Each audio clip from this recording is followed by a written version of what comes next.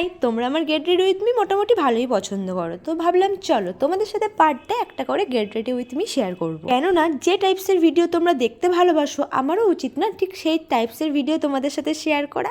যাই হোক, এবার তোমাদের সাথে শেয়ার করি যে আমি কেন রেডি হচ্ছিলাম। বেসিক্যালি এটা সন্ধ্যের টাইমটা রেডি হচ্ছিলাম, একটা জায়গায় বেরোবো বলে, একটা ইম্পর্টেন্ট জিনিস কেনার আছে বলে, তো সেটাই আর কি কিনতে যাচ্ছিলাম। কেন রেডি হলাম আর কি জিনিস কিনতে যাচ্ছি সেটা অবশ্যই তোমাদের নেক্সট ভিডিওতে শেয়ার করবো। তার আগে তার মধ্যে একটা পার্সেল চলে এসেছিলো পারবেল থেকে, যেটা দুপুরবেলা এসেছিলো। আমি অলরেডি আনবক্সিং করে রেখেছিলাম, কিন্তু তোমাদের সাথে শেয়ার করা হয়নি, সেটাও আমি নেক্সট ভিডিওতে শেয়ার করে দেবো।